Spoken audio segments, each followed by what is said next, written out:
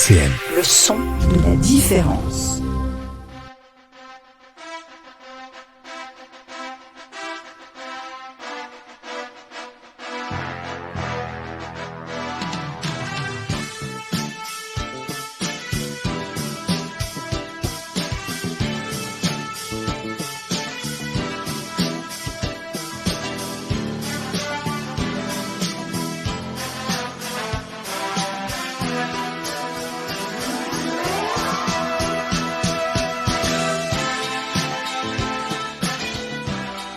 Bonsoir et bienvenue sur Grand Écran, l'émission cinéma de RCN 90.7. Et comme vous écoutez avec le bon vieux thème de Rocky, pourquoi Rocky ? Eh ben ça y est, enfin elle est de retour, la revue critique. Et l'ange s'est envolé. Petite référence à ce bon vieux Grégory Coupet. Comment tu vas, Sébastien ? Je suis perdu. C'est pas grave. Le petit Grégory Coupet, oui. Je suis perdu. Non, ça va très bien. Très bien. De retour au studio. Et comme vous avez entendu, le roi des calembours, la 8e merveille du monde, Antoine Bourvin est là avec nous. Bonjour. Ça va ? T'es super heureux. Après un an. Bah oui, ça va. Un an de bien. purgatoire.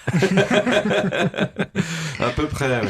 Il est de retour et Enfin. Charlotte est de retour avec nous également après la Céline Sciamma. Oui, c'est vrai. Donc ça va, pas de retour au studio, mais contente d'avoir une revue critique en bonne et due forme. Et quelle revue critique, bon nombre de films que l'on va chroniquer pour cette heure. Oui, spoiler alert. Si vous avez un écran 4K, c'est bien pour vous. Il y a pas nos étoiles dessus. Et on va commencer tout de suite. Eh ben écoute Seb, tu vas nous faire un petit rappel de Gérardmer car deux films sont sortis. Oui. La Nuée de Joss Filippo et Teddy des frères Boukerma. Mais oui, deux films de genre français, tout à fait, du cinéma français. Ne vous en faites pas, c'est français. Qui ont été tournés en France. En France, pour les deux. Avec des acteurs français et des sauterelles françaises. Ouais. Voilà, aussi. Pour La Nuée, en tout cas. Non, très rapidement, parce qu'on s'est déjà pas mal étendu dessus lorsqu'on avait fait l'émission spéciale Gérardmer, donc je vais aller assez vite. Simplement vous dire que on a globalement deux films d'assez bonne facture de genre français, en tout cas qui donnent bon espoir pour la suite, plus que du Cournot. Ça, c'est la petite parenthèse qu'on aime toujours bien faire à grand écran.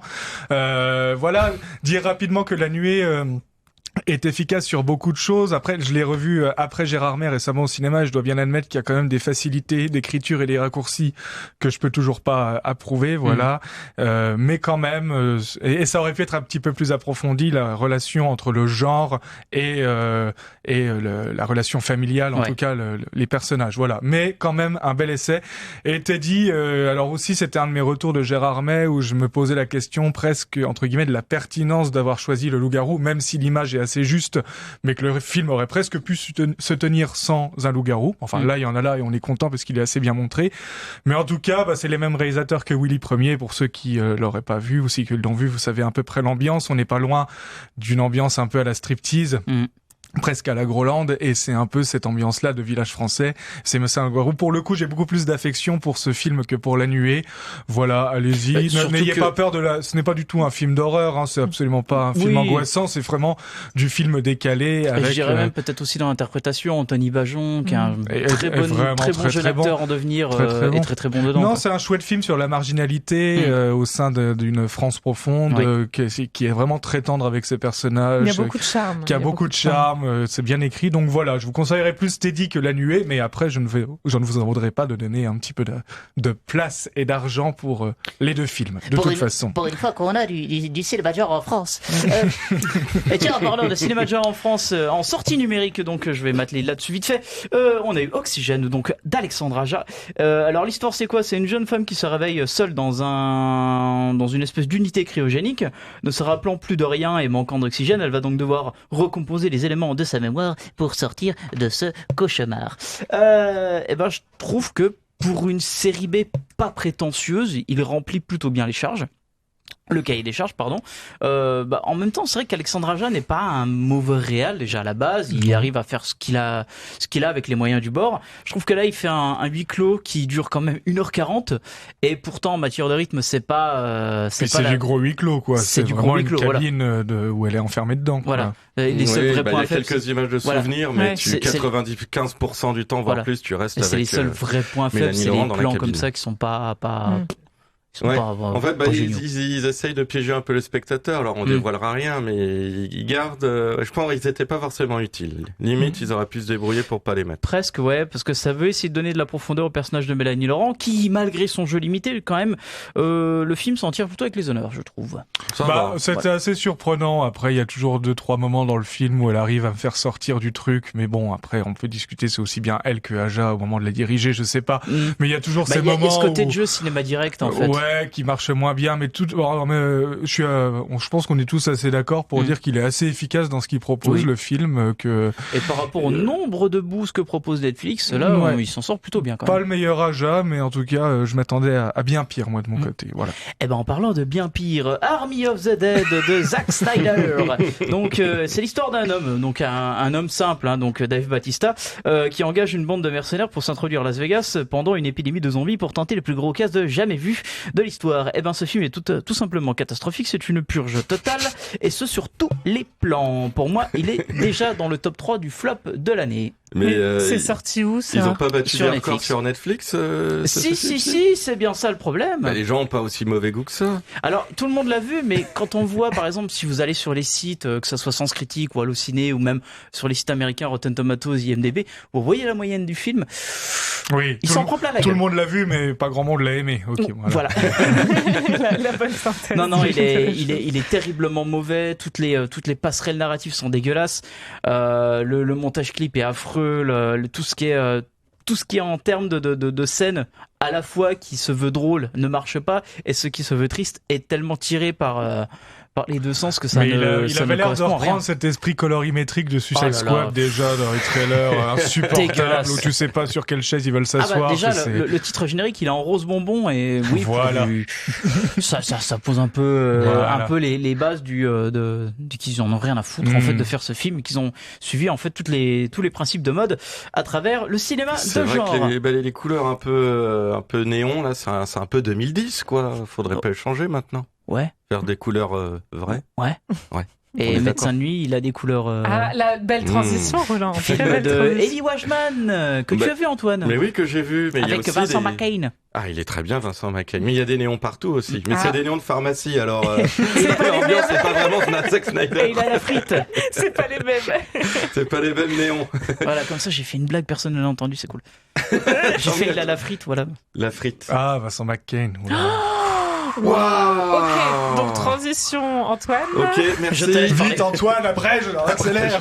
Enchaîne. Non, Médecin de nuit, film assez intéressant d'Eli Washman qui parle du quotidien. Enfin, disons que c'est la dernière nuit d'un médecin de nuit qui doit traiter avec son cousin qui essaye un peu de lui extorquer de l'argent parce que pour aider les toxicos, il fait des fausses déclarations et des fausses des fausses feuilles de médecin là, comment ça s'appelle? Des attestations des ordonnances. Voilà, il fait des fausses ordonnances pour les toxicos pour qu'ils puissent acheter du Subutex ou du fentanyl en l'occurrence pas de fentanyl, mais pour pouvoir se droguer un peu et rendre le quotidien un petit peu moins malheureux. Mais la femme de Vincent McCain en a ras-le-bol et lui dit maintenant c'est ta dernière nuit, soit tu reviens plus. Et du coup là on va vivre ensemble la dernière nuit du personnage joué par Vincent McCain. Ah, donc ça se passe en une nuit le film. En une seule nuit. Okay. Ouais. Ah puis c'est sa dernière nuit, donc il meurt. Merci le spoil. Non, il est quoi? Il change de métier. Il est parce qu'il n'est pas trop vieux, McCain. On est en train de lui niquer sa chronique quand même. Vas-y, continue. On lui pose la question. Non, mais du coup, il passe ses dernières heures dans sa bagnole à essayer de soigner des gens. Et en fait, la technique de cinéma d'Eli Washman est assez intéressante parce que pour ce film, il est allé voir des gens qui avaient vraiment des histoires à raconter. C'était pas totalement des comédiens. Et en fait, quand il va voir des gens, ils ont une histoire qui est assez authentique à raconter. Le problème, c'est que tu l'as pendant une dizaine de minutes, bout à bout, et le reste, c'est une histoire que je trouve un peu tirée par les cheveux et un peu montée de toutes pièces par Eli Washman pour faire durer 1h40 tout simplement.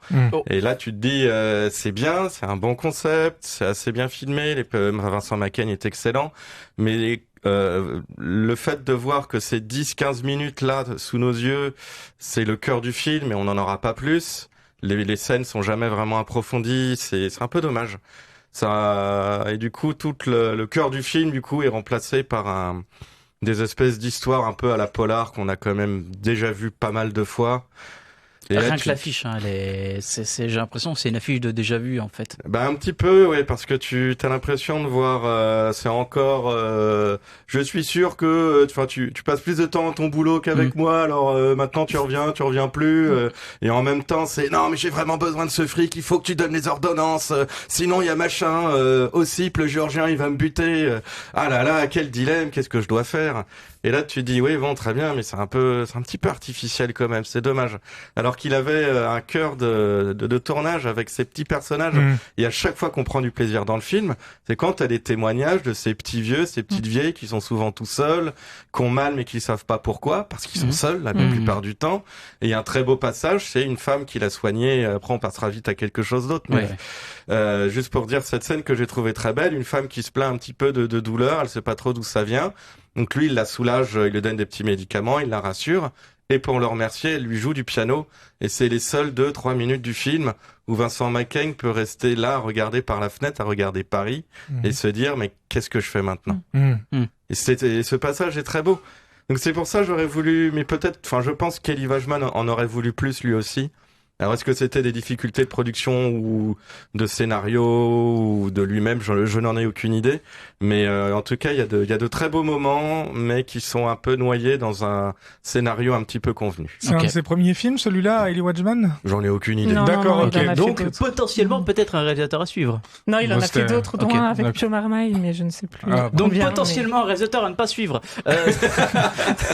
Mais sinon, ça va, vous inquiétez pas, on a des films aussi qu'on a aimés. Eh ben, parlons Mais de non, réalisatrice il est qui a- pas mal, hein. Franchement, si vous cherchez un petit polar, allez le voir, il est sympa. Eh ben, en parlant de réalisatrice aussi, peut-être à suivre, peut-être pas son prochain, parce qu'il sera fait par Marvel. Chloé Zhao, Le prochain, donc, pas sûr que j'y aille. qui a donc sorti son Nomadland avec Frances McDormand, qui a notamment reçu l'Oscar de la meilleure actrice et Et du elle a meilleur eu le film. meilleur film. Ah bah ça Meilleur aide film, de pisser meilleur dehors devant les caméras, oui. Alors, ça aide à avoir l'Oscar, ça. Après, juste cette petite introduction, effectivement, c'était une réalisatrice. Je vais essayer de rester sérieuse, parce que quand même, faut en parler de Chloé Zhao. Après, c'est une réalisatrice que moi, je suivais déjà pour ses deux précédents. Là, avec ce nouveau film, et peut-être parce que justement, ça vient d'une commande initiée par Frances McDormand. Oui, elle est voilà. productrice. Hein. C'est à son origine que Chloé Zhao est venue sur ce film. Bah, la réalisatrice, elle liste de façon peut-être un peu trop conventionnelle tous ces personnages et donc du coup les idées qui vont avec, et ce road trip en camping-car précaire, reste peut-être un peu trop conventionnel. Pour moi, elle a perdu un peu la nature et la proximité qui faisait l'essence de ces deux précédents films. Donc Les chansons que mes frères m'ont apprises et The Rider. C'est habituellement une réalisatrice qui part vivre plusieurs mois auprès des personnes qu'elle va filmer, des communautés américaines. Pour le moment, en tout cas, elle se cantonne à l'Amérique, pays où elle vit, mais elle est d'origine, elle est chinoise, Chloé Zhao. Oui, Et elle donc, est née en Chine. Elle est en Chine, c'est ça, et depuis ses études, elle a fait des études aux États-Unis, et elle vit là depuis un moment. Et du coup, elle est toujours restée avec ces acteurs qui n'en sont pas, et du coup, elle les filme en captant leur vérité et leur vie. Son approche dans Nomadland, du coup, c'est plus de l'ordre de la fiction, rapport aussi à l'actrice qu'elle embauche, qui vient là parce que c'est une actrice qu'elle embauche, pardon. Vous cherchez Oui, bah, du boulot, elle a rentrez, c'est voulu, par là. elle est embauchée. Non, du coup, qui est une actrice professionnelle qu'on connaît de fiction, du coup, et voilà. Et normalement, ces films étaient peuplés que d'acteurs non professionnels. Il y en a dans Nomadland, mais Oui, il y en a pas mal, oui. il y en a pas mal. Mais je crois qu'il y a que Frances le reste- McDormand et- qui effectivement. est Donc, une actrice dans voilà, le film. c'est pas forcément ce qu'on peut lui reprocher. Elle est quand même restée sur ses façons de faire, et notamment sur ses thématiques de cœur. La principale étant, pour moi, dans son cinéma, l'attache à un territoire. Comment des personnages veulent partir tout en voulant rester. Ça Et parlait de ça, surtout ces deux l'histoire premiers de films. ce personnage en fait a un background où la ville où Pour elle remettre un habitait, peu en contexte. c'était une ville minière qui a disparu parce qu'en fait l'entreprise a fermé et du coup a carrément fermé toute la ville. Même le code postal de la ville n'existe plus. Tout à fait, j'avais oublié ça, Roland. Effectivement, tu fais bien de Donc le en dire. fait, Non, c'est mais des personnages vrai. qui n'ont plus Mais leur c'est propre, super leur intéressant. propre maison C'est d'origine. ça, et du coup, tout ce rapport au territoire, elle explore ça tout le temps. Et bon, ça parle aussi d'un deuil. Frances prend la route parce qu'elle a perdu son mari. On sait pas trop. Il y a une tristesse forcément par rapport à ça, mais on sait pas trop pourquoi elle part. Mais en tout cas, c'est toujours des personnages un peu attachés et qui veulent se détacher. Donc voilà, rapport à Chloé Zhao aussi, qui est est chez elle tout en venant d'ailleurs. Donc il y a de ça, quoi. Donc en gros, Nomadland, moi je reproche certaines choses, mais c'est un road trip qui tournerait un peu sur lui-même, un peu enfermé, malgré des beaux couchers de soleil. Il est plutôt sombre, précaire, assez. Il est pas mal sombre. Il est pas mal sombre. Il y en a qui en parlent en termes de carte postale. Je comprends pas. Moi, pour moi, on ne sort pas de ce camping, de ce van. On est assez enfermé. On revient au petit boulot comme une ronde de CDD précaire. Là, un truc c'est ça. Et du coup, le personnage, voilà, c'est ça. Et donc, on voyage pas. Elle fait un peu du surplace pour moi, même si là. Bon, il y a cette route qui s'en va vers l'horizon, mais enfin. Donc, pour conclure, si je veux me dépêcher, parce qu'on a plein d'autres films, je dirais que je regrette de ne pas avoir retrouvé l'émotion de ses précédents films, mais je la reconnais quand même encore, surtout dans cette conscience qu'elle a du monde, Chloé Zhao. Je trouvais qu'elle transpose admirablement dans ses cadres en réfléchissant à ce qu'elle filme toujours. Et du coup, une sorte de cadre monde un peu sociologique. Peut-être qu'elle a cette approche-là documentaire. Voilà, elle regarde les gens qu'elle filme quand même. Peut-être qu'on verra ça derrière le Botox d'Angelina Jolie. Du coup, le prochain film, je sais pas, mais enfin, c'est prochain. Mais tu rigoles, mais les premières images d'Eternals, en voyant la bande-annonce, les premières images disent oui, c'est Chloé Zhao. C'est Chloé Zhao, mais pas les autres. Voilà. Le reste, non, après j'ai reconnu. Mais on verra la suite. Voilà, je ferai comme Claude Makélélé, Brésil, pas Brésil. Sur ce, pause BO Nomadland, Drifting Away I Go de Cat Clifford. Et voilà, donc c'était un extrait issu de la BO de Nomadland, le film de Chloé Zhao. Et on va donc continuer. Oh merde, putain, je viens de voir que c'est moi. Et on va donc oh merde, je viens de voir le réel. Merde, je viens de voir le film. Et on va commencer par quelque chose de dur, de très compliqué. Mandibule de Quentin Dupieux. Fait chier. Alors, film suivant, on t'emmerde pas. Ouais, non, je vais bien vite fait. Donc, alors, c'est l'histoire de Jean-Gab et Manu, deux amis simples d'esprit qui trouvent une mouche géante coincée dans le coffre d'une bagnole. Jean-Gab et Manu. Oui, il s'appelle Jean-Gab et Manu. Et se mettent en tête de l'adresser pour gagner de l'argent avec. C'est un film insupportable. C'est une bonne idée. Non, mais ouais, alors l'idée, pourquoi pas. Il y a d'autres gens qui ont fait un film sur les mouches.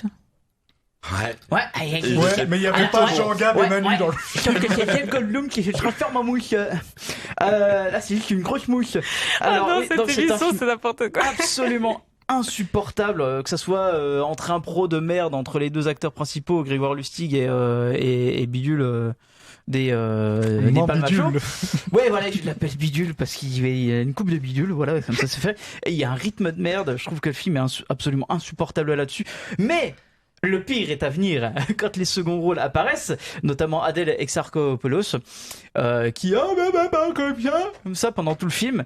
Donc au bout de deux scènes de dialogue, c'est drôle. Au bout de 5 minutes, on a envie de se taper le mur on a envie de se taper la tête contre le mur plutôt. Enfin, quoique même que le mur vienne directement. Ouais, c'est plutôt pas mal. C'est même mieux, tu vois. Lui aussi, il en a marre. Et puis ouais, mention spéciale également au pointeur Roméo Elvis sur le coup. Donc on va passer à The Favor de Florian Zeller. Ça, c'était expéditif, donc Roland. Ouais, mais j'ai dit ce qu'il fallait dire. Okay. Je pense qu'il a autant expédié la critique que Dupieux a expédié le film pour le faire. Donc, et tu l'as vu aussi? Non, j'ai assez vu Roland en parler. Ah oui, non, je l'ai pas encore vu. C'était je pense qu'il a peut-être vu moi et Jérôme s'énerver sur ce film. Non, mais c'était dans mes listes. Big up à Jérôme, t'as vu, j'ai parlé de Mandibule.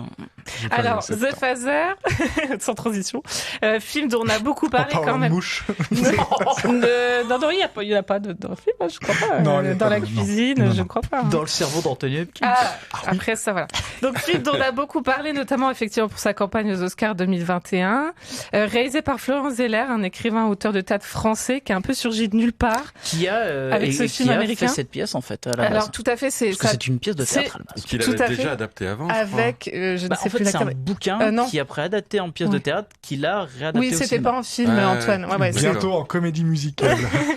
Non, et bientôt en série Netflix, parce que c'est la prochaine évolution, tu vois. Ah oui, c'est vrai. Non, c'est son premier film, vraiment tout premier. Florian Zeller, qui vient pas du tout du cinéma, il a un peu surgi de nulle part. Et c'est vrai qu'avant qu'on parle d'Anthony Hopkins, personne ne parlait de Florian Zeller, donc ça me faisait beaucoup rigoler. Mais enfin, c'est un premier film pour lui et plutôt bien maîtrisé en termes de mise en scène, notamment quand il s'amuse avec l'espace et le corps des acteurs. Donc un personnage joué par Anthony Hopkins atteint d'Alzheimer, vous l'aurez compris.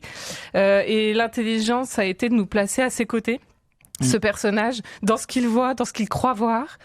Est-il chez lui, chez sa fille? Est-ce que c'est son gendre qu'il a sous les yeux? Quelqu'un, un médecin? C'est de la confusion totale tout le temps. La confusion totale, mais sans, voilà, avec une mise en scène assez classique, mais voilà, je trouvais ça assez intelligent. Oui, c'est un côté vraiment théâtral.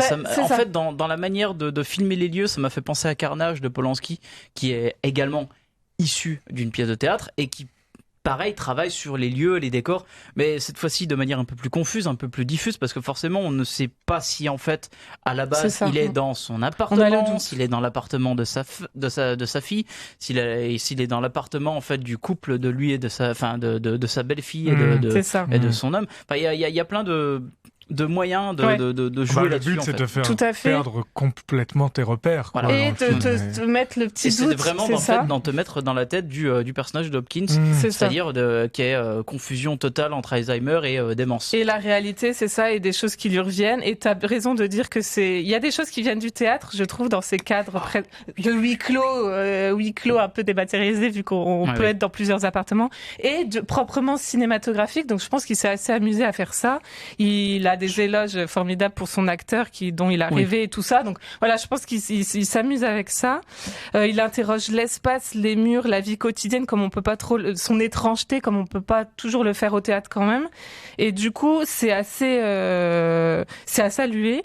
Ce truc un peu thriller, un peu film de genre qu'on pourrait avoir sans accentuer du tout. Hein. Mais voilà, il change les corps comme un film de genre pourrait le faire. C'est ça. Pour moi, le film reste quand même un peu trop lisse, un peu trop préparé. C'est très académique. Voilà. Effectivement, je crois que c'est le mot. Et du coup, moi, j'en ressors en fait en ayant oui, c'est bien, tout est bien, là. Mais sans plus. C'est ça, Hopkins jusqu'à la fin, la dernière scène est très très bien, mais voilà, j'étais là bon. Enfin, l'entreprise est suffisamment juste pour, je pense, toucher à d'autres personnes et parler aux gens de cette maladie. Quoi. On va donc enchaîner avec Un espion ordinaire, le film de Dominic Cooke avec Benedict Cumberbatch. Oui, un film ordinaire. Ok. Voilà, ça c'est fait.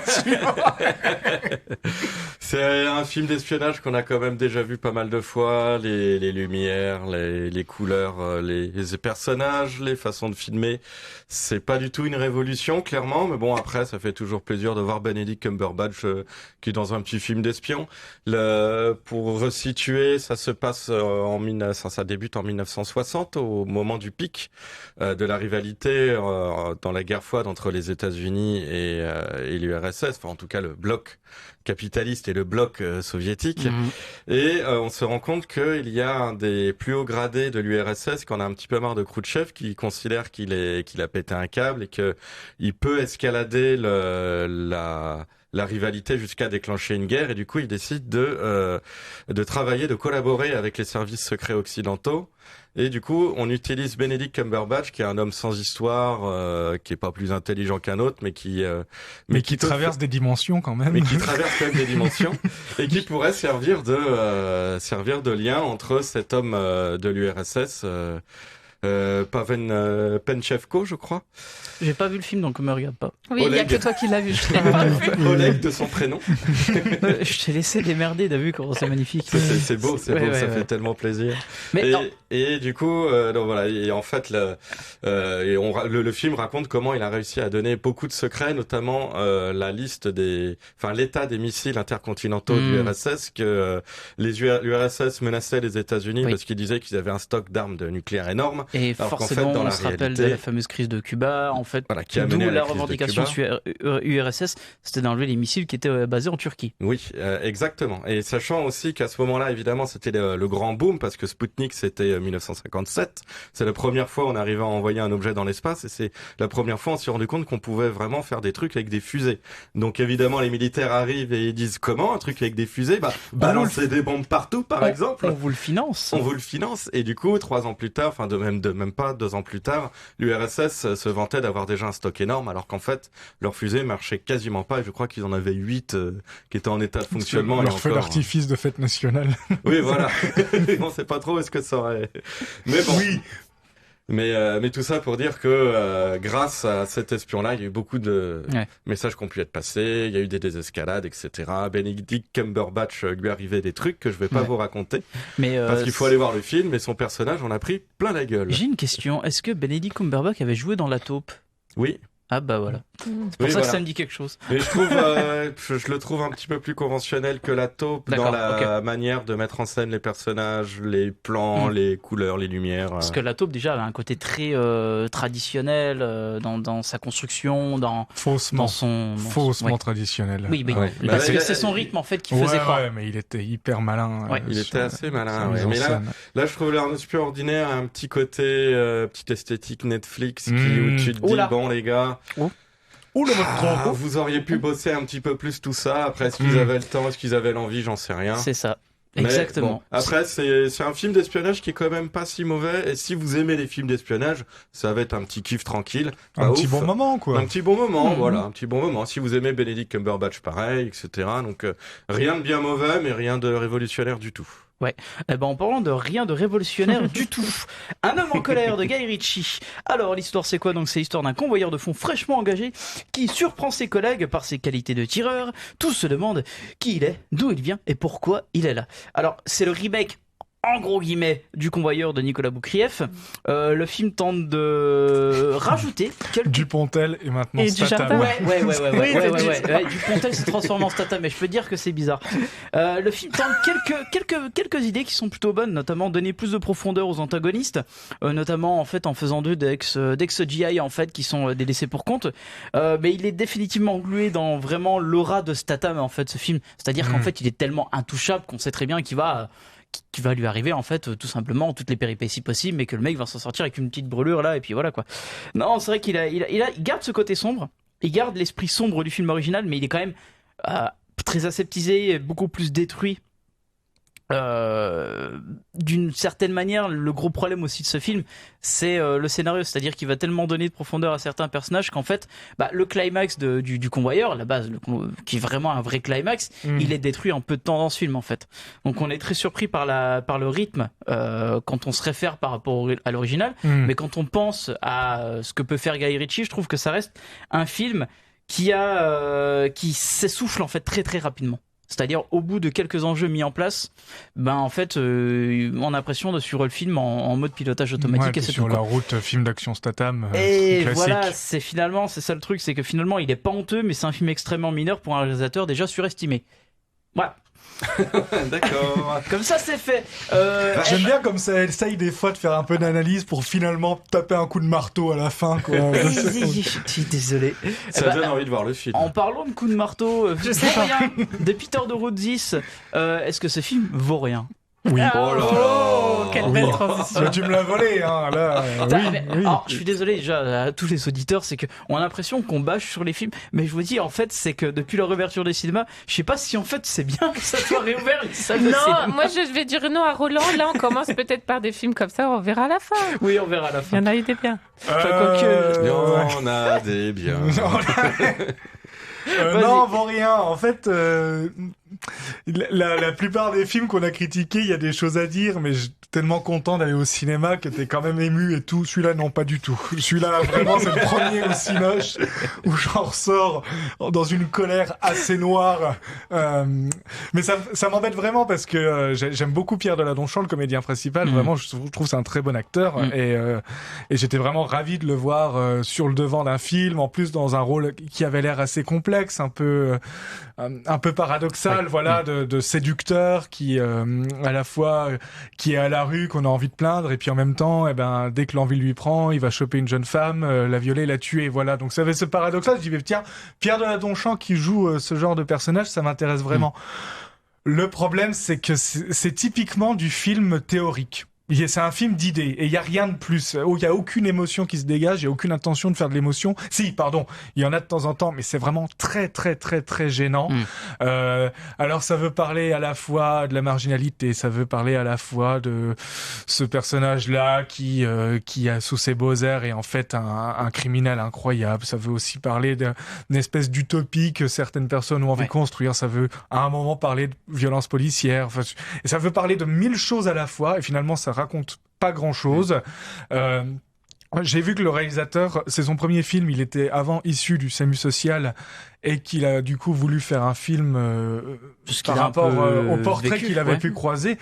Mais enfin, c'est pas frontalement, tu suis pas quelqu'un qui est dans le SAMU social, en soi, d'accord. Mais Du coup, c'est un espèce de medley de toutes ses idées à lui, et voilà, c'est un peu, j'aurais écrit un bouquin avec quelques théories, quelques idées, ça aurait pas changé grand-chose. Là, le film, il essaye de faire passer un personnage qui on n'y croit pas, toutes ces manières amenées de manière très artificielle, c'est très agaçant. C'est très compliqué de faire ce genre d'idée-là avec un personnage qui finalement est un antagoniste. Mais oui, mais enfin tu sais bien, Roland, nous on est toujours assez content de suivre un personnage vraiment de salopard fini, de quoi. borderline, c'est toujours assez intéressant de suivre ça. Là, mais c'est un exercice périlleux. Le problème, c'est que tu sais même pas, le film lui-même hésite, est pas à l'aise sur cet aspect-là, entre te dire tu vas l'aimer quand même ou c'est un salaud. Du coup, voilà, c'est du film vraiment très théorique, sans aucun intérêt pour moi. C'est vraiment insupportable. Et puis le film se termine, puis ouais, bon, voilà, merci. Enfin non, merci, pas non, merci justement. Voilà. Suivant. Eh ben suivant, donc Wendy de Ben Zetlin, que tu as vu, Charlotte. Oui, alors rien à voir. Et qui revient sur l'histoire de Wendy et Peter Pan. C'est ça, en fait, c'est le deuxième film de Ben Zetlin après Les Bêtes du Sud sauvages. Qu'on a vu en loose day pendant le confinement au Luxembourg. C'est ça, du coup avant... Bravo. On est passé par les tunnels. Ouais, c'est ça. Juste avant la réouverture, et c'est vrai que c'est quand même un film agréable à voir à la réouverture, parce qu'il est assez épique, assez grandiose, et ça marche bien pour ça. Il s'empare, du coup, le réalisateur s'empare du conte de Peter Pan, mais en choisissant Wendy comme narratrice. On sera dans son point de vue. Il y a pas mal de belles choses du conte original qui vont bien au réalisateur. L'énergie de l'enfance, l'échappée de la réalité vers l'imaginaire. On est ancré...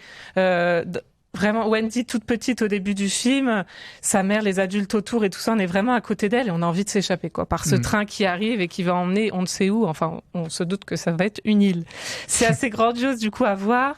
Il y a aussi la noirceur qui est au cœur du récit de James Matthew Berry et au cœur du Peter Pan original, mystérieux, méchant, pas super inquiétant, cool. Ouais. Voilà. Et là, on l'a quand même, je trouve, dans le petit acteur. Et il y a une tristesse quand même avec tous ces enfants perdus. On a un deuil dans le film que je citerai pas pour pas vous spoiler, mais enfin voilà, il y a Peter ces Pan est vraiment joué par un petit enfant il est super d'ailleurs, il est super parce qu'il arrive vraiment il à est très inquiétant tout un ça, peu inaccessible, un peu t'arrives pas. Lui, on sait pas trop le cerner et voilà. Et il y a tous ces trucs, ces noirceurs qu'on veut vraiment encaisser quand on est petit et qu'on écoute un conte, quoi. Donc voilà, il y a ça. Après, c'est vrai qu'en sortant du film, il y a les Bêtes du Sud sauvage qui nous reviennent assez violemment en tête, violemment dans le bon sens, mais du coup on se dit tiens, il reprend tout, il fait sa musique lui-même, ce qui est très louable. Qui est du très coup, proche de celle des Bêtes du Sud sauvage. Et qui est belle, et tout fonctionne en vrai. Le train, là, c'est très beau. Les acteurs sont chouettes. Mais voilà, comme Chloé Zhao, en fait, un peu, il continue de faire des films avec son style, ses figures. Donc, encore une petite fille, là, Wendy, comme dans Les Bêtes. Mais sans réitérer le charme du premier, quoi. Donc après, voilà. C'était assez agréable à voir, mais sans le charme du premier. Sans le charme. Vous pourriez retourner au Luxembourg? J'ai besoin de clopes. Je dis ça comme ça. Alors, en parlant de cigarettes, non, en fait, il n'y a pas de transition du tout, là, en fait. Je rigole. Je vais vous parler, finalement, de Sound of Metal, film de Darius Marder.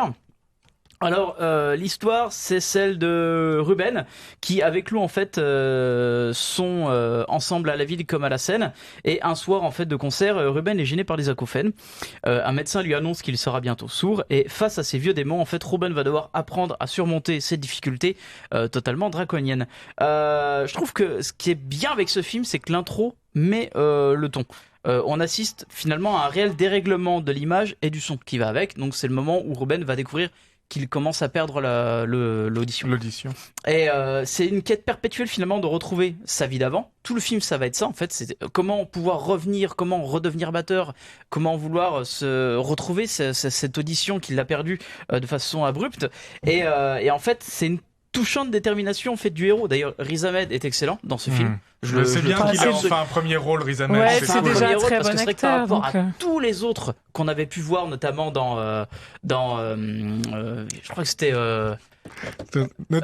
c'est juste un téléphone, t'inquiète pas. Voilà. Oui, il est dans Rogue One. Oui, mais il était très bien dans Rogue One. Night Call qu'on a vu il y a pas longtemps avec Antoine. Voilà, il était très bien dans Rogue One. Exactement. Donc Riz Ahmed, je trouve qu'il est excellent dedans. Il y a quelques belles scènes. Il y en a une qui est très très belle. C'est en fait le personnage donc de Riz Ahmed va apprendre donc le langage des signes, va rentrer dans une communauté qui va être pas plutôt renfermée sur elle-même, mais qui va permettre aux autres autres en fait de pouvoir communiquer de façon propre.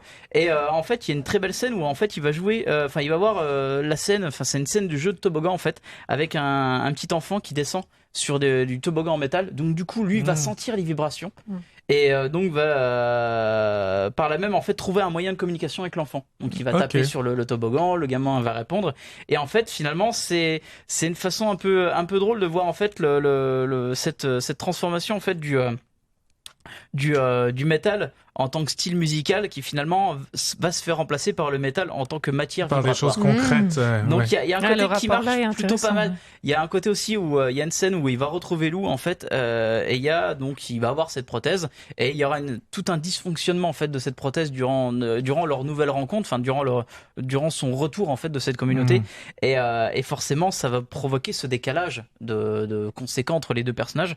Je trouve qu'en fait le film est bon, mais il y a quand même un certain point négatif là-dessus. C'est la faiblesse du scénario qui, par moment, manque de gestes, peut-être même une certaine radicalisation face au mal-être du personnage principal. Je trouve qu'en fait, on le ressent son mal-être, mais il est pas suffisamment mis en place physiquement parlant, je trouve. Mais je pense que ça, c'est une des directives du réalisateur. Oui. Et c'est vraiment une quête de sensoriel, mais qui, par moment, et je pense qu'en fait, il y a la quête de soi qui est marquée derrière, mais elle est souvent, malheureusement, pas assez suivie. Pas bien retranscrite. Voilà. Mais pour le coup, je trouve que c'est un très, très, très bon film. Et d'ailleurs, on va faire une petite pause BO. Donc, une pause. Une pause Une BO. pause. Donc, Sound of Metal, un morceau donc de Abraham Marder. Et voilà, donc c'était un extrait issu du film Sound of Metal. Voilà, ça c'est fait. Allez, c'est reparti. Et c'est reparti. Et bah d'ailleurs, c'est reparti. C'est, je pense que ça s'est dit John Krasinski quand il a fini Sans un bruit. Il a dit allez, c'est reparti. Hey, les meilleurs On commencent. ramène Boboche à la maison et on va refaire le deuxième. Donc Sans un bruit 2. Sébastien, tu l'as vu apparemment? Ah bah tout à fait, oui. Sinon, je pourrais alors en parler, mais ce serait malhonnête de ma part. Oui, tout à fait. Bah, comme j'avais vu le premier un peu par hasard, par curiosité, et que j'avais été agréablement surpris, malgré quelques facilités un peu scénaristiques, mais bon, tout de même, je trouvais que cette famille-là... C'est marrant, il y a un gosse qui crève, enfin, tu vois. Oui, non, mais voilà. Non, ça, c'était une mise en scène assez j'ai pas vu. Non, mais C'est au début. le premier film, ça c'est va. la première scène du film. Ah, t'as vu le deux, mais t'as pas vu le Non, j'ai Non. pas vu. Ok. J'ai rien vu. J'avais Ok, été c'est très bien. agréablement surpris du premier sur ces personnages de cette famille. Je les trouvais vraiment assez touchants. Il y avait cette petite fille-là qui souffre de surdité, elle aussi, d'ailleurs. Tiens, dans un monde où les extraterrestres, eux, ont une ouïe incroyable qui vous entendent à des kilomètres à la ronde et dès qu'ils entendent le moindre son, ils vous bouffent la gueule, voilà. Donc il y avait ce parallèle super intéressant. Puis ouais, vraiment, c'était des personnages, il y avait des très belles scènes. Enfin, c'était pas incroyable, mais bonne surprise. Et donc là, Sans un bruit 2, j'ai été carrément surpris de savoir qu'ils allaient faire une suite, déjà. Mais bon, allez, pourquoi pas. Après, Et, c'est plus ou moins fin ouverte. Mais oui, mais c'est Mais pas bon. le genre de film où Non. je m'imaginais une suite. Bon, non. pourquoi Et surtout pas. qu'en plus, c'est finalement un prequel, le 2. Non, pas du Non. tout. Ah, ok, non, d'accord. non, Bah, c'est voilà. vraiment... Je ferme ma gueule, Vous êtes Mathieu. malhonnête, monsieur Marotel, vous ne l'avez pas vu. Voilà. C'est juste après. Vous ne pouvez C'est pas juste en après. parler, monsieur Marotel. Non, c'est là. Si tu veux, le film commence Sans un bruit 2. C'est effectivement avant la catastrophe. C'est le jour où les extraterrestres arrivent. D'accord. C'est la scène d'intro du film. Et on voit, il y a un match de baseball qui se passe. Il y a déjà une superbe mise en scène de relation entre les personnages au milieu de tout ce match. Et je dis, ok, le mec a pris plus de bouteilles déjà, c'est cool. Il y a des trucs vraiment bien qui se passent. La manière de filmer aussi cette petite fille sourde, comment elle occupe l'espace, comment c'est mis. Ok, super. Et après, en détail, au loin, tu vois dans le ciel quelque chose qui apparaisse, donc tu sais que c'est les extraterrestres, tu as vu le premier. Une menace. Et Peut-être une vient- banderole pour l'élection de Trump, hein, tu sais pas. Eh non, c'était mieux que ça. C'était des extraterrestres. Ah bon, ça va, c'est à pire alors. Et du coup, tu suis après l'attaque sous forme de divers plans séquences, de divers petites actions. Première attaque des extraterrestres qui est assez prenante. C'est le moment le plus prenant du film. Le reste, vraiment, je ne comprends pas l'intérêt de cette suite. Je ne comprends pas. Je ne vois pas ce qui a été apporté de plus dans ce film. Alors, il y a ce côté où ça essaye de faire du post-apo. Il y a des gens avec des flingues, mais alors ce qui me choquait déjà sur l'affiche, parce qu'à quel moment tu utilises des flingues dans un monde où les extraterrestres, Faut dès pas qu'ils faire de entendent bruit. quelque chose, ils te flinguent la gueule. Oui, mieux vaut prendre un arc. Ouais, oui, c'est plus silencieux. et encore, je pense que ça fait trop de bruit encore. Ah ouais. ça fait pop, pop, pop, pop. Encore plusieurs scènes comme dans le premier où tu disais mais pourquoi ils ont pas entendu à ce moment-là? Voilà, des trucs un peu dissonants. Quelques incohérences. Et puis, ouais. Après, il y a quand même une résolution et un lien avec cette petite fille. Sa surdité Alors, devient c'est qu'à la différence et on de a premier encore une film où résolution c'était la avec. mère et le couple qui étaient surtout en avant et un peu à part égale, là c'est vraiment Oui. la petite fille qui est C'est sur elle le devant. Et d'ailleurs, la jeune actrice est super. Mais on est sur des décisions des personnages qui m'ont agacé tout le temps. Du pourquoi tu fais ça? Mais non, mais pas, arrête quoi, putain, non. Et quand ça essaye il y a un moment donné où ça essaye, tu vois, de montrer la violence des hommes face au post-apo, mais depuis que t'as joué à The Last of Us 2, arrêtez, vous essayez, mais non, je ressens rien là, arrêtez, c'est mort quoi. Non, du coup, vraiment, je le dis, je considère que Sans un bruit 2, mis à part la séquence d'intro qui aurait même pu être un court-métrage en plus du film original pour voir ce qui se passe avant, qui est assez cool. Le reste n'a pas d'intérêt. Vous pouvez voir le premier, il y a pas de souci, mais le 2, je vois aucun intérêt de voir celui-là. Film sans intérêt donc. Et tiens, film français sur le devant de la scène, 5e set, film de Quentin Reynaud qui sort pile poil à la fin de Roland Garros et ça correspond avec le film. Et produit, non, en tout cas parrainé par BNP Paribas et tout Team Tennis. Oh, mais c'est génial. Mais en vrai, c'est très en lien. Alors du coup, pour le coup, beaucoup d'intérêt dans ce film. Pas le Nord. Non, mais pour le coup, c'est très en lien. Beaucoup d'intérêt pour ce film et un film très réussi. Du coup, premier film, sur un. Oui, quand même. Il me semble, j'ai un doute, mais je crois que oui. Sur un ancien espoir du tennis, donc Thomas Edison, 38 ans, qui n'a jamais vraiment gagné. Par contre, je tiens quand même à signaler son nom, c'est quand même tiré par les cheveux, quoi. C'est Thomas vrai Edison. que ça peut être bizarre, mais bon, peut-être il y a une raison. Je ne sais pas trop. C'est vrai que je me suis demandé, mais enfin, voilà. Edison, du coup, 38 Faut ans. pas me regarder, monsieur C'est bien Marochet. que tu fasses ça. Non, je sais pas. Tu vas Oui, un peu je me répondre suis sur posé. ma- Non, mais c'est bien, Mais- vraiment que tu fasses la lumière là-dessus parce que. Ah, Voilà. Et voilà, c'est bon. donc, voilà. Oui, la lumière, Thomas Edison. Oui, ça bien sûr. putain. Mon Dieu. Donc voilà, un ancien espoir qui n'a jamais vraiment gagné, mais qui s'entête à continuer à jouer malgré tout, tous les brimades et tout ça.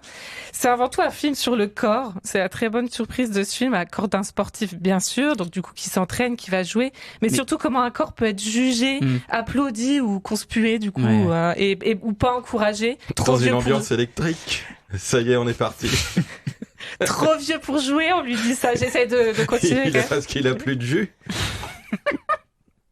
Justement, il en a. On lui dit qu'il est trop vieux. Voilà, on lui répète tout le long du film. Et puis qu'il a une blessure au genou, je crois, un truc comme Il ça. a eu une blessure, donc il commence avec une cicatrice. Voilà, il y a des choses derrière lui. Donc c'est joué par Alex Lutz qui a l'âge du personnage, quoi, quasiment. Donc c'est un corps face à d'autres, plus jeune, plus à la mode. Des corps, on a le corps en carton du jeune sportif, le nouvel espoir, du coup, qui est là. C'est pas Star Wars, hein, c'est un autre. C'est pas un nouvel espoir, non. Et du coup, donc voilà, un corps sponsorisé ou pas d'ailleurs. Et comment ce corps va ne faire qu'un avec sa raquette au risque de blessure, le genou et pas que. Cet aspect-là est assez bien montré. J'en dirai pas trop pour pas gâcher le plaisir qu'on peut avoir dans ce film. En plus du tennis, ou grâce au tennis, en tout cas, on concentre dans ce personnage de Thomas Edison des dualités qui sont celles de la vie, comment faire avec son passé, ses rêves, ceux qu'on a encore, comment exister avec ses proches. La mère et la femme du joueur dans le film, du coup, sont particulièrement présentes d'une façon particulière, quoi. Donc voilà, comment faire avec tout ça. Elle joue la raquette. Ben, en vrai, le match, c'est un match, quel qu'il soit, un match sportif, c'est quand même propice à tout ça. Parce que c'est déjà on lutte contre, ça peut être joyeux, mais enfin voilà, on lutte, donc c'est propice à tout ça. Alex Lutz, il est de nouveau formidable. Après Guy, où il jouait Guy Jamais, voilà, on s'en rappelle, il retrouve un personnage. Très bien, Guy. Très bien. C'est différent, mais voilà, il retrouve un personnage de corps et de visage marqué. C'est son corps, hein, là, pour le coup, il n'y a pas de maquillage. Mais il fait s'affronter dans ce corps-là différents âges de la vie, des combats. Et c'est passionnant, je trouve, de voir un acteur faire ça parce qu'ils ont pas tous le courage de le faire. Lui, il le fait naturellement, j'ai l'impression, Alexis, donc c'est assez formidable. Et voilà, et juste dernière chose plutôt cool, sans spoiler forcément, mais l'image de cinéma devient vraiment une image de télé à un moment du film. D'accord. On ne se détache pas pour autant de l'écran parce qu'on est passionné, qu'on aime le tennis ou pas, quoi. Donc voilà, j'ai trouvé ça... Parce que c'est un film qui va garder ainsi sur l'enjeu en fait du tournoi auquel il va s'inscrire. Tout à fait. Bah, voilà, comme tout, j'allais dire, moi, tout film de sport, en fait. Comme tout film de sport, j'ai pensé à Rocky devant le film, mais pas forcément en lien, mais c'est parce que c'est un chemin c'est un un contre un aussi. C'est donc il y a ça, un peu et de c'est ça, un chemin de gagnant ou pas d'ailleurs, donc voilà. Mais du coup, le film, non, est encore en salle, donc je vous le laisse découvrir pour tous ces aspects-là et bien d'autres, voilà. Très très bien. Et ben quant à moi j'ai vu également donc Minari de Lee Isaac Chung. Alors l'histoire est celle d'une famille d'origine sud-coréenne qui s'installe dans l'Arkansas, où le père donc veut devenir fermier. Son fils devra donc s'habituer à cette nouvelle vie et aussi à la présence de sa grand-mère qu'il ne connaissait pas. Alors c'est vraiment, on est dans le pur exercice autobiographique, à vraiment la simplicité autoriste que l'on a déjà vu, je pense, dans pas mal de films dans ce style-là. C'est un premier film, si je dis pas de bêtises. C'est un récit d'enfance finalement, fait d'anecdotes, de détails, de scénettes, dont on ne doute vraiment guère l'authenticité des choses. Notamment, bon, le petit gamin, il est un petit peu facétieux avec sa grand-mère dès le départ, et c'est un film discret, peut-être trop, mais pas non plus agaçant et pas ethnocentré à fond sur le côté waouh, on est issu de l'étranger, on s'installe là ici. Non, il y a vraiment un certain rapprochement où l'étranger n'est pas non plus mal vu, c'est-à-dire qu'il va forcément vouloir. Il y a aussi des scènes qui vont représenter en fait la façon dont il va trouver une personne pour bosser avec lui sur les champs, quand ils vont à l'église et tout. C'est pas abrupt à mort en fait. C'est pas directement frontal. C'est accepté donc d'une certaine manière, mais c'est un film qui reste tendre en fait d'une certaine manière. C'est vraiment un peu une espèce de je pense que c'est un film Madeleine de Proust qu'a fait le réalisateur là-dessus, quoi. Après, je trouve qu'il est vraiment porté par l'acteur enfant qui est joué par Alan Eskim, et la grand-mère qui est Yoon Yoo-jung, qui a notamment, je crois qu'elle a eu l'Oscar du meilleur second rôle. Du meilleur second rôle. C'est exactement ça. Donc, qui est bien meilleur que Steven Yeun, que tout le monde parlait de. Puis c'est un bon acteur, comme non, pas dans bon acteur, je sais pas. Non, j'ai perdu le titre de ce film. Bon, hors Walking Dead où il est bien déjà. Non, très bon film coréen, mince. Bon, Burning. Voilà, où il était très bien. Dans ce trio de oui, non, c'est vrai. Non, mais c'est vrai qu'il a oui, parce qu'il a les fans de Walking Dead derrière lui, c'est tout. Oui. Mais c'est un film sincère et ma foi pas trop agaçant. Il est plutôt marrant, il est assez délicat, il est mignon comme tout. Voilà. C'est bien, c'est déjà pas mal. C'est un gizmo, c'est un film gizmo. Voilà, c'est un film gizmo. Et en parlant de la part d'un Roland Marotel, franchement, on est sur du chef-d'œuvre là. Ouais, c'est vrai que je pense que tu dis pas toujours mignon, Roland, en parlant des films. Non, mais vrai. en fait, je suis obligé d'en parler un peu de bien parce que par rapport à tous les autres films que j'ai eu. En parlant de films mignons, Amusement Park, donc de Georges Romero. Choupi mignon. Il est choupi mignon. On était là. Mais regarde, le petit vieux, il en prend plein la gueule. Que tu as vu, Sébastien, il est pas politiquement correct. Attendez, je laisse Charlotte faire de la pub. Vas-y.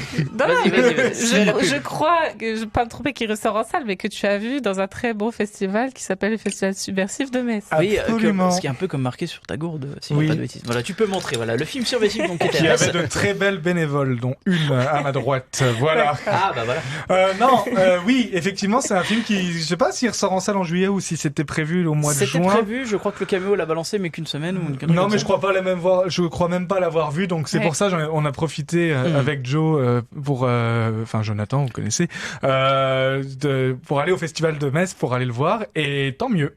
Parce que clairement c'est le meilleur film que j'ai vu de la sélection. Pour la petite histoire, donc c'est la veuve de Romero qui a retrouvé ce film en fait dans les vieux cartons de Georges à sa mort. Ouais, et pour l'histoire complète, c'est-à-dire que c'était pas un film de la volonté de Georges Romero, c'est une commande d'une église luthérienne pour faire un film sur un peu la difficulté d'être vieux, quoi, comment on est maltraité par les vieux.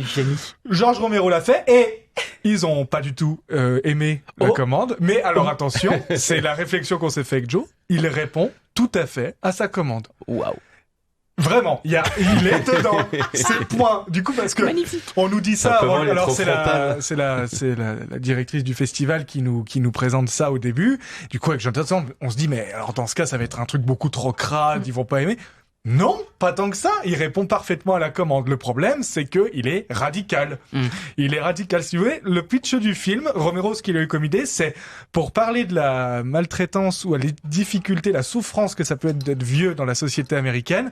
Je vais faire rentrer mon vieux dans un parc d'attractions et je vais le filmer dans un parc d'attractions, mais toutes les attractions seront en rapport avec des difficultés. Alors il y a la difficulté de paperasse à remplir pour avoir assez d'argent, et donc là c'est les tickets que tu as le droit pour faire certains tours. T'en as un autre, ils peuvent pas conduire, non, vous pouvez plus avoir le permis, vous voyez plus assez bien, ah ouais, et puis juste après en fait c'était un permis pour conduire les autotamponneuses, enfin voilà, et ça va à fond là-dedans. Et c'est là où c'est hyper radical, c'est vraiment de l'image dégueulasse. Alors dégueulasse, c'est vraiment bien filmé et je trouve que le Romero, il est en mode je filme mon acteur tout vieux et je le filme au milieu de plein de figurants qui faisaient tous partie de cette église luthérienne, qui ont tous valu participer au film et qui remercient vraiment chaleureusement. Enfin d'ailleurs, et on sent vraiment qu'il y a eu une volonté collective de faire ce truc. Et il filme comme ça, un peu à la sauvage et tout.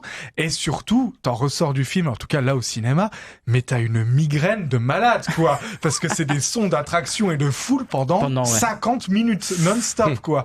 Et du coup t'as la migraine. Et du coup non, je trouve que le film réussit à être vraiment mordant, radical et drôle comme on peut attendre d'un Romero. Je le préfère même à bien d'autres Romero que j'ai pu voir dans sa filmographie.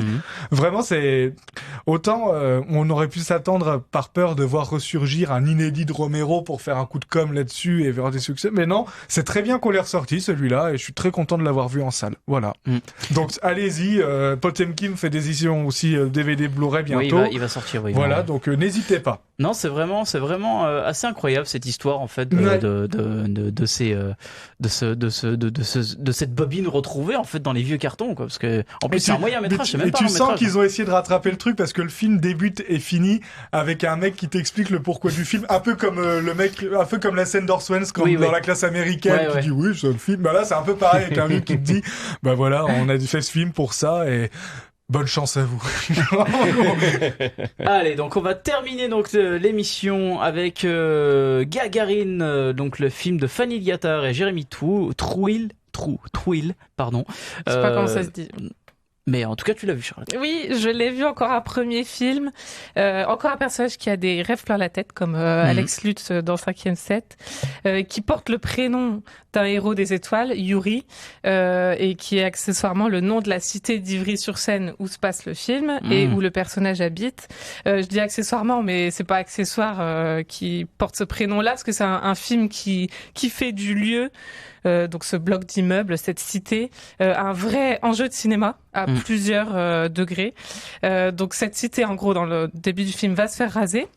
Après expertise, voilà, et ça s'est vraiment passé, oui, moi je ne savais pas, mais du coup voilà, c'est une cité qui s'est fait vraiment raser en 2014, je crois, d'après mes recherches. Oui, effectivement, je m'en souviens. Oui. C'est ça, voilà. Bah, y a la plupart des... Ça a pris plusieurs temps, mais voilà. Et donc du coup, Yuri, lui, veut pas partir. Et voilà, je vais pas trop en dire de toute façon sur ce film pour pas vous en dévoiler beaucoup, mais en tout cas, il y a des astuces formelles qui font parler au sens propre la cité. Ça, c'est assez formidable.